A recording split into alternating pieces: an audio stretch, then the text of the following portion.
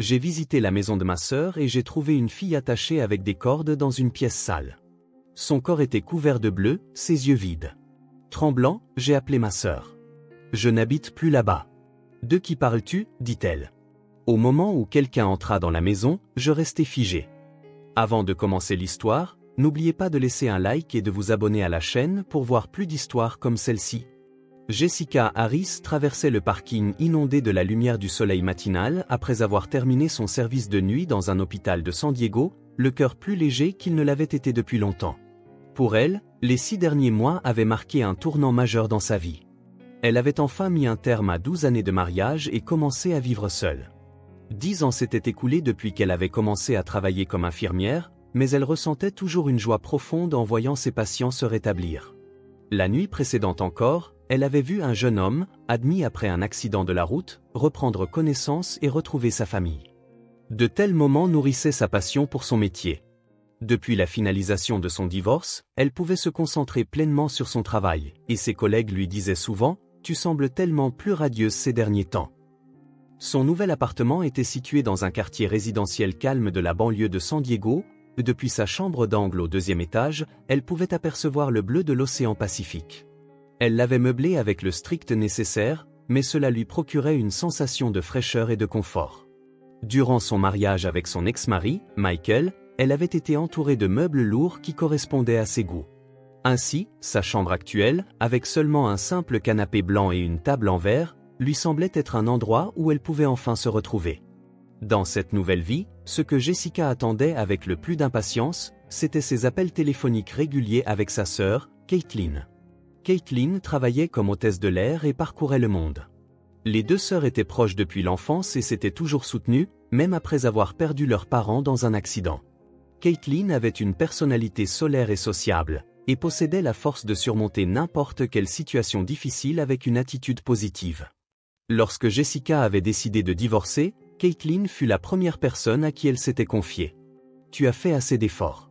Il est temps de vivre ta propre vie », l'avait doucement encouragé Caitlin au téléphone, comprenant les émotions complexes que Jessica ressentait pendant la procédure de divorce.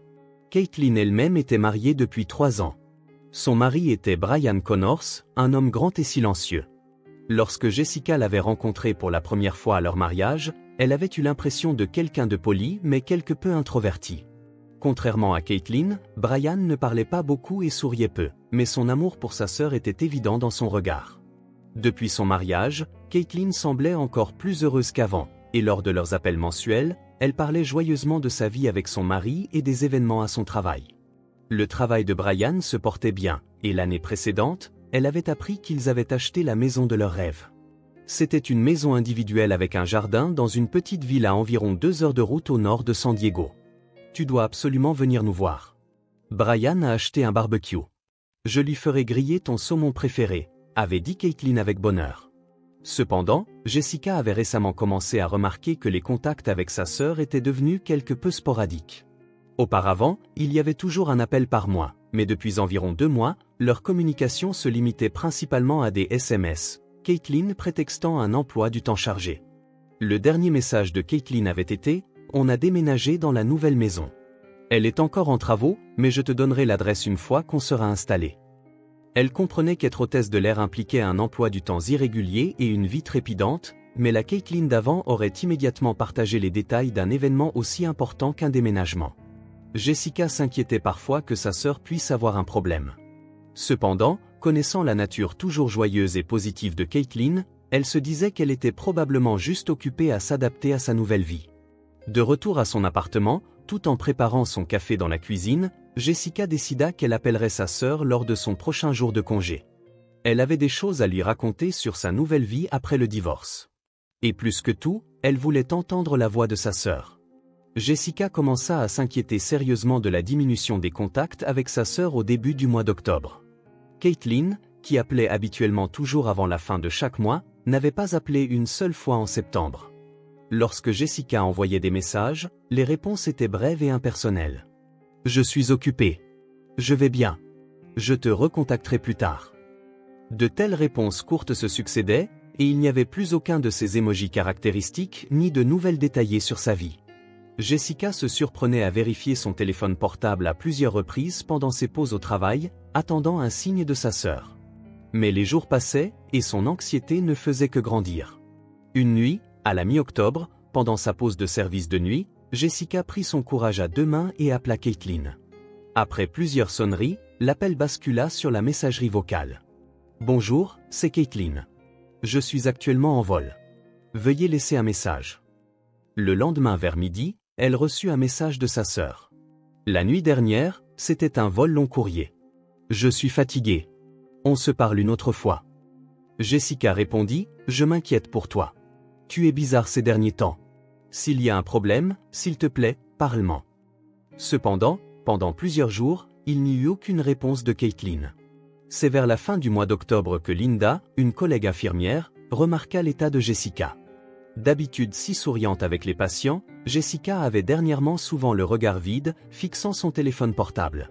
« Jess, quelque chose te tracasse ?» demanda Linda en buvant son café dans la salle de repos. « C'est à propos de ma sœur. Je n'arrive pas à la joindre ces derniers temps, soupira Jessica. On se parlait beaucoup plus souvent avant, mais depuis environ 2 mois, nous n'avons pas eu une seule vraie conversation. Si elle est hôtesse de l'air, n'est-elle pas simplement occupée? Les vols internationaux, c'est ça? C'est vrai. Jessica fronça les sourcils. Caitlin est du genre à toujours trouver du temps. Depuis que nous avons perdu nos parents, nous n'avons que l'une et l'autre pour nous soutenir.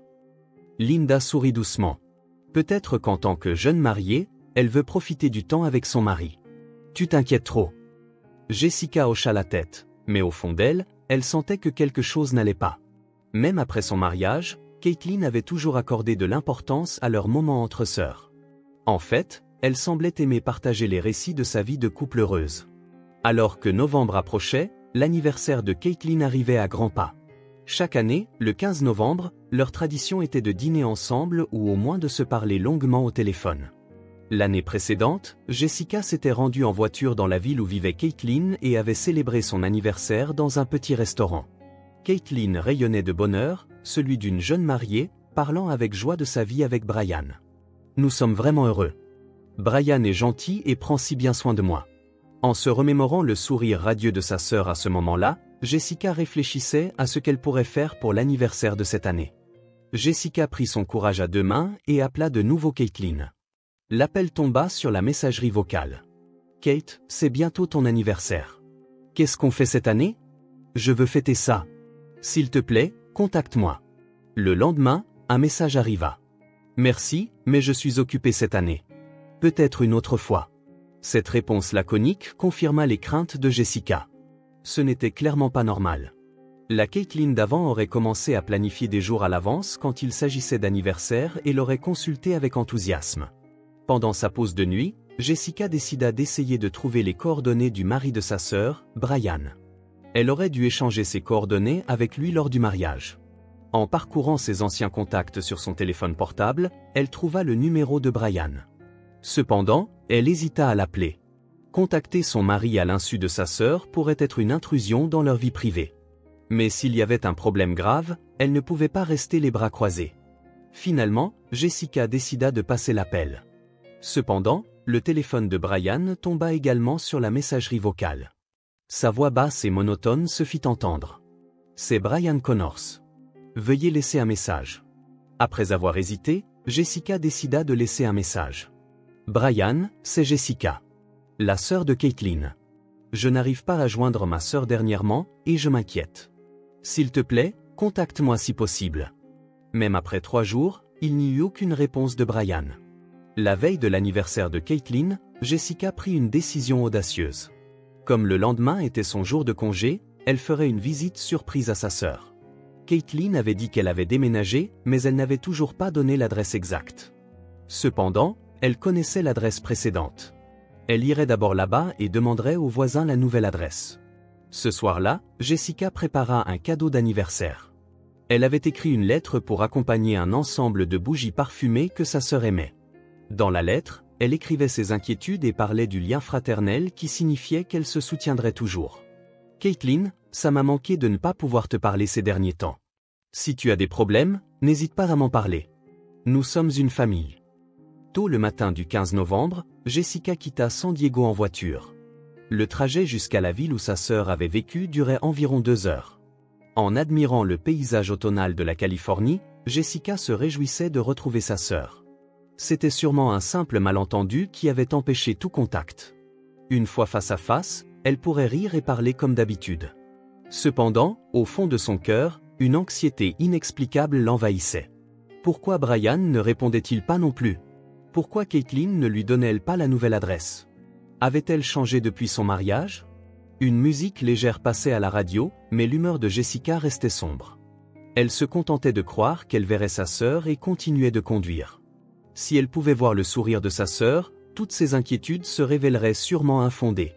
Se répétant cela, Jessica roulait vers sa destination. Vers 10 heures du matin, Jessica arriva dans le quartier résidentiel où Caitlin avait vécu. C'était un quartier tranquille dans la banlieue d'une petite ville, avec des maisons individuelles entourées de clôtures blanches. La maison où Caitlin et Brian avaient passé leur premier jour de mariage était une maison aux murs extérieurs bleu clair, située à un coin de rue. En garant sa voiture et en levant les yeux vers la maison, elle remarqua immédiatement que quelque chose avait changé. Le petit jardin de devant, autrefois bien entretenu, était maintenant envahi par les mauvaises herbes. La boîte aux lettres débordait de journaux et de publicités, et des plantes en pot desséchées étaient abandonnées devant l'entrée. Jessica sortit de la voiture et s'avança lentement vers la porte d'entrée. Portant le sac avec le cadeau d'anniversaire, elle sentit son cœur s'accélérer. Lorsqu'elle appuya sur la sonnette, un vieux son électronique résonna depuis l'intérieur de la maison, mais il n'y eut aucune réponse. Même lorsqu'elle appuya de nouveau, le silence persista. « C'est étrange », se murmura Jessica en essayant de regarder par les fenêtres. Cependant, tous les rideaux étaient bien tirés, et elle ne pouvait rien voir à l'intérieur. Une femme d'âge mûr sortit dans son jardin depuis la maison voisine. Jessica s'approcha et l'interpella. « Excusez-moi, connaissez-vous une femme nommée Caitlin Connors qui vivait ici? Je suis sa sœur, Jessica. » La femme fronça les sourcils. « Oh, ce jeune couple, mais ils ont déménagé il y a environ 2 mois. Personne ne semble y vivre ces derniers temps. Connaissez-vous leur nouvelle adresse? » Non, ils sont partis sans vraiment dire au revoir. Avant qu'on s'en rende compte, ils étaient partis. Mais le mari semble revenir en voiture de temps en temps. Je crois l'avoir vu la semaine dernière. Une question surgit dans l'esprit de Jessica. Pourquoi seul Brian reviendrait-il? Était-ce pour trier les affaires du déménagement? Après avoir remercié la voisine et pris congé, Jessica retourna à la porte d'entrée. Lorsqu'elle essaya de tourner la poignée, à sa grande surprise, la porte n'était pas verrouillée. Elle était entr'ouverte. « Kate » appela-t-elle, mais il n'y eut pas de réponse. Elle hésita à entrer dans la maison sans permission, mais décida qu'il était nécessaire de vérifier si sa sœur était en sécurité. Jessica poussa doucement la porte et entra. Au moment où elle pénétra dans le hall, une odeur étrange lui monta aux narines. C'était un mélange de moisie, d'humidité et de quelque chose en décomposition. Lorsqu'elle entra dans le salon, la plupart des meubles avaient disparu, et des contenants de nourriture et des déchets jonchaient le sol. Il y avait des taches inexplicables sur les murs, et l'impression générale était celle d'un délabrement complet. « Caitlin, il y a quelqu'un » cria Jessica, mais encore une fois, aucune réponse. Elle continua dans le couloir et vérifia les chambres et la salle de bain, mais tout était vide.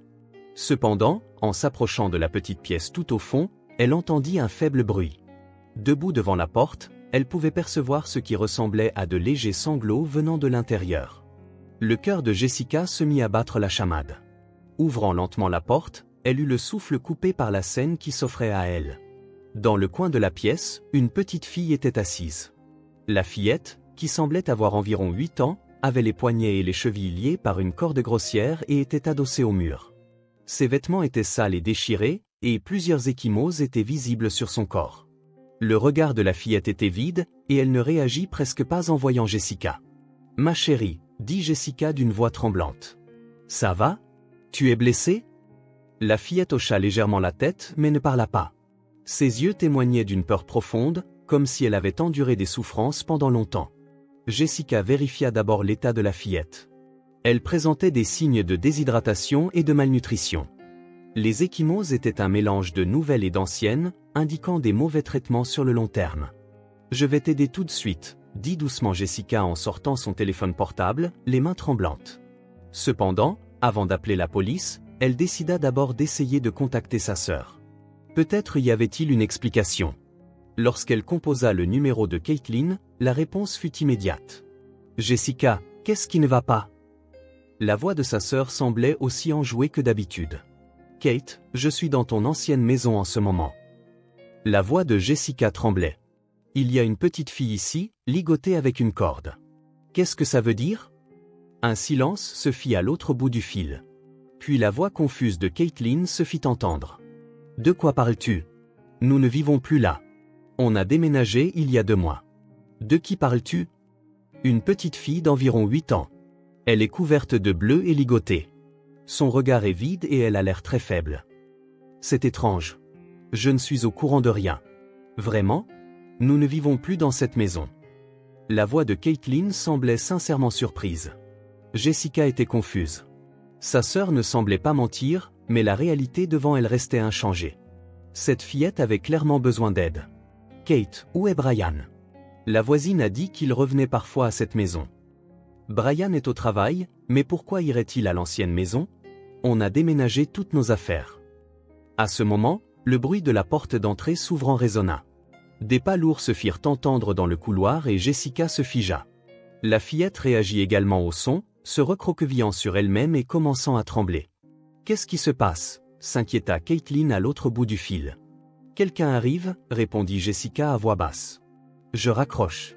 Je te recontacterai plus tard. » Les pas se rapprochaient progressivement. Jessica s'accroupit près de la fillette et se mit en position de protection. Puis la porte de la chambre s'ouvrit. Là se tenait le mari de sa sœur, Brian. Cependant, il était différent de l'homme calme et poli qu'elle avait rencontré au mariage. Ses yeux étaient injectés de sang et ses vêtements en désordre. Au moment où il vit Jessica, son visage devint blême. « Jessica, qu'est-ce que tu fais ici ?» La voix de Brian tremblait. « Brian, qui est cet enfant ? Pourquoi se passe-t-il tout ça ?» Jessica se leva et se plaça devant la fillette. Brian resta debout à l'entrée de la pièce, les mains tremblantes. Son calme habituel avait complètement disparu, et il avait l'expression d'un animal acculé. Jessica resta debout devant la fillette, le fixant. « Brian, je veux une explication. Qui est cet enfant ? Pourquoi est-elle dans cet état, ici ?» La voix de Jessica tremblait de colère. En tant qu'infirmière ayant vu de nombreux cas de maltraitance infantile, elle ne comprenait que trop bien la gravité de la situation. Brian s'appuya contre le mur et se couvrit le visage de ses 2 mains. « Ça ne te regarde pas. S'il te plaît, pars. »« Ça ne me regarde pas ?» Jessica éleva la voix. « Le mari de ma sœur séquestre une enfant. Comment est-ce que ça ne me regarde pas ?» La fillette se recroquevilla de peur en entendant leur conversation. Jessica se tourna vers elle et lui parla doucement. « Tout va bien. Je vais t'aider tout de suite. » Puis elle se retourna vers Brian. « J'appelle la police maintenant. Libère cet enfant. »« Attends. » Brian leva frénétiquement les mains. « Laisse-moi parler. Il y a des circonstances ? Quelles que soient les circonstances, rien ne justifie d'attacher et d'enfermer une enfant. » Jessica sortit son téléphone portable. « S'il te plaît. » La voix de Brian se brisa. « Juste 5 minutes. Laisse-moi expliquer. » Jessica était sur le point de passer l'appel, mais elle hésita un instant devant l'état désespéré de Brian. De par son expérience d'infirmière, elle savait que les personnes en panique pouvaient avoir des réactions imprévisibles. La priorité était de comprendre la situation et d'assurer la sécurité de la fillette. Juste 5 minutes. Mais pendant ce temps, détache cet enfant. Brian hocha la tête et s'approcha de la fillette avec des mains tremblantes. Quand la fillette le vit, elle se raidit clairement de peur. En voyant cette réaction, la colère de Jessica s'intensifia. « Ne la touche pas !» arrêta Jessica, et elle commença à défaire elle-même les cordes de la fillette. « Toi, reste là-bas. Cet enfant a peur de toi. » Les cordes étaient grossièrement nouées, et des marques rouges restaient sur les poignets de la fillette. Jessica retira les cordes avec précaution, avec la douceur d'une infirmière. Une fois libérée, la fillette s'accrocha à Jessica. « Maintenant, parle. » Jessica foudroya Brian du regard en tenant la fillette dans ses bras. « Qui est cet enfant ?» Brian s'assit par terre et prit une profonde inspiration. « C'est ma fille. Elle s'appelle Sophia. »« Ta fille ?» Jessica fut surprise. Caitlin n'avait jamais mentionné avoir une belle-fille. Caitlin n'est pas au courant. Brian se prit la tête entre les mains. Je lui ai menti. Qu'est-ce que tu veux dire? Brian commença à parler d'une voix tremblante. J'ai été marié avant. Sophia est l'enfant que j'ai eu avec mon ex-femme. Pendant le divorce, mon ex-femme a obtenu la garde et a déménagé dans un autre état. Je ne pouvais plus voir ma fille. Jessica baissa les yeux vers la fillette. Sophia était épuisée et tremblait légèrement dans les bras de Jessica. Alors, tu l'as kidnappée. Je voulais juste la voir. Brian se mit à pleurer. Au début, je n'avais prévu qu'une journée, mais mon ex-femme a signalé sa disparition à la police et c'est devenu une grosse affaire. J'ai eu peur et je ne savais plus quoi faire. Depuis quand? Il y a 3 mois. J'ai menti à Caitlin en lui disant que j'étais en voyage d'affaires et je suis allé dans l'état où vivait mon ex-femme. Je l'ai interpellée en rentrant de l'école et je l'ai fait monter dans la voiture. Jessica était horrifiée. Pendant 3 mois, tu as gardé cet enfant ici pendant 3 mois? J'étais perdu. Je ne savais pas comment la ramener. Je savais que la police me cherchait. Je ne pouvais pas le dire à Caitlin non plus, c'est pour ça que j'ai inventé l'histoire du déménagement. Oui, j'ai dit à Caitlin que j'avais trouvé une nouvelle maison et j'ai loué un autre endroit. Mais à cause de Sophia, je ne pouvais pas abandonner cette maison. Le corps de Jessica tremblait de colère. Tu as maltraité cet enfant. C'est quoi ces blessures? J'avais l'impression de devenir fou, sanglota Brian. Quand Sophia criait et pleurait, je devais m'assurer que les voisins n'entendent rien. Parfois, je perdais le contrôle. Tu es ignoble. Jessica se leva. Tu es malade. Cet enfant a de profondes blessures psychologiques. Brian rampa sur le sol et commença à s'excuser. Je sais que j'ai eu tort, mais je ne savais pas quoi faire. Je voulais juste voir ma fille. Ce n'est pas de l'amour. C'est de l'égoïsme. Jessica sortit son téléphone portable. J'appelle la police et une ambulance tout de suite. Attends, supplia Brian. Qu'est-ce que je vais dire à Caitlin? Je ne veux pas lui faire de mal. Pense à ce que tu as fait, dit froidement Jessica. Tu n'es pas en position de t'inquiéter pour Caitlin. Après avoir appelé une ambulance, Jessica appela la police. Pendant qu'elle expliquait la situation au téléphone, Brian restait assis, le dos contre le mur, fixant le plafond d'un air absent. La résignation que tout était fini se lisait sur son visage. Reste loin de cet enfant jusqu'à l'arrivée de l'ambulance. Jessica parla doucement à Sophia. Tout va bien maintenant. Personne ne te fera de mal. Sophia parla pour la première fois. D'une voix faible, elle murmura « Je veux voir maman ». Des larmes montèrent aux yeux de Jessica. « Tu verras bientôt maman. Je te le promets ». 15 minutes plus tard, les sirènes de l'ambulance et des voitures de police se firent entendre. Jessica porta Sophia vers la porte d'entrée. Lorsque les ambulanciers arrivèrent, elle utilisa ses connaissances d'infirmière pour donner des rapports détaillés sur l'état de Sophia. Quand les policiers menottèrent Brian, il dit à Jessica une dernière fois « Dites à Caitlin que je l'aime. » Mais j'étais malade. Elle n'a rien fait de mal. Jessica ne répondit pas. Elle accompagna l'ambulance, tenant la main de Sophia sur le chemin de l'hôpital. Dans le véhicule, elle appela sa sœur. Le moment était venu de lui annoncer la terrible vérité. « Jessica. Je m'inquiétais quand l'appel a coupé tout à l'heure. Que s'est-il passé ?» Jessica prit une profonde inspiration. La vie de sa sœur allait radicalement changer à partir de maintenant. Mais elle avait le droit de savoir la vérité. « Kate, écoute. J'ai quelque chose de très important à te dire. » 1 an plus tard, Jessica préparait le petit déjeuner dans la cuisine de son appartement de San Diego. 3 couverts étaient disposés sur la table. Aujourd'hui était un jour spécial. Elle prévoyait de célébrer tranquillement le 9e anniversaire de Sophia, toutes les 3 ensemble. Le procès s'était terminé 6 mois plus tôt. Brian Connors fut condamné à 20 ans de prison pour enlèvement, séquestration et maltraitance d'enfants. Pendant que les charges étaient lues au tribunal, Caitlin était assise à côté de sa sœur, versant silencieusement des larmes. Durant ces 3 années de mariage, elle n'avait rien su de la véritable nature de son mari. Caitlin engagea rapidement une procédure de divorce et loua un petit appartement près de celui de Jessica. Elle continua son travail d'hôtesse de l'air, mais ajusta son emploi du temps pour privilégier le temps en famille. Je sens l'odeur des pancakes. Caitlin sortit de la chambre. Sa joie de vivre d'antan était revenue, mais des ombres de l'épreuve qu'elle avait traversée subsistaient au fond de son regard. Des pancakes aux myrtilles, les préférés de Sophia, sourit Jessica. Elle va bientôt se lever. Après l'incident, Sofia retourna auprès de sa mère biologique. Cependant, les blessures psychologiques de 3 mois de séquestration étaient profondes, nécessitant une thérapie à long terme. Les premiers mois, elle souffrait de terreurs nocturnes et ne pouvait pas faire confiance aux autres. Le tournant se produisit lorsque Jessica commença à rendre régulièrement visite à Sofia. Le souvenir de leur première rencontre à l'hôpital était devenu une source de sécurité pour Sofia. La voix douce et le contact chaleureux de Jessica guérirent progressivement le cœur de la fillette. La mère de Sofia, Lisa Pérez, était initialement méfiante quant à la relation avec Caitlin et Jessica.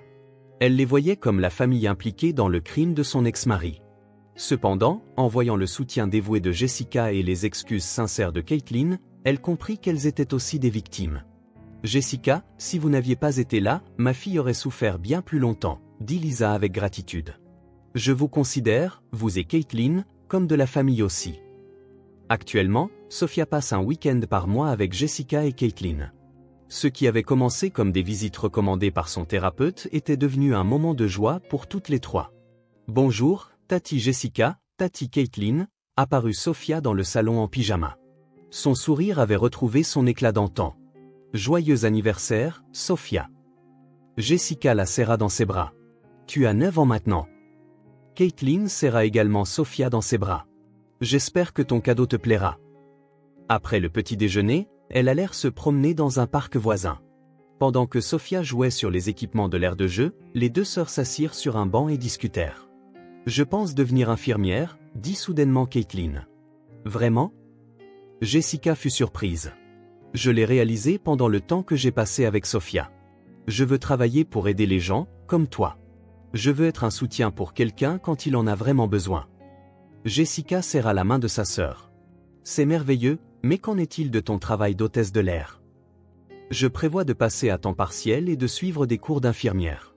Ça prendra du temps, mais je veux prendre un nouveau départ. » Les deux femmes regardèrent Sofia en silence. La fillette était descendue du toboggan et leur faisait un signe de la main. « Nous sommes devenus une vraie famille, n'est-ce pas ?» dit doucement Caitlin. « Les liens du sang ne suffisent pas à faire une famille, » acquiesça Jessica. « Être connecté par la confiance et l'amour, c'est ça qui fait une vraie famille. » Le soir, après avoir ramené Sofia chez sa mère, les sœurs dînèrent dans un café tranquille. Depuis ce jour, 1 an auparavant, leur relation était devenue plus profonde.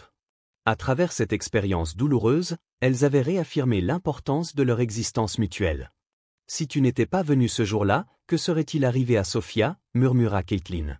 « Mais nous avons pu la sauver. »« C'est ce qui compte », répondit Jessica. « Maintenant, avançons en regardant devant nous. » Cette nuit-là, Jessica retourna seule à son appartement et relut une lettre qu'elle avait reçue de Sofia. « À Tati Jessica, merci beaucoup de m'avoir trouvé ce jour-là. Parce que je vous ai, toi et Tati Caitlin, je suis heureuse. Quand je serai grande, je veux devenir quelqu'un qui aide les gens, comme toi. » Jessica sourit en rangeant soigneusement la lettre. La vie présente parfois des épreuves inattendues, mais avec de l'amour et du courage, on peut certainement les surmonter. Et par-dessus tout, le courage d'affronter la vérité devient le fondement sur lequel se construisent les vrais liens. Elle en était convaincue.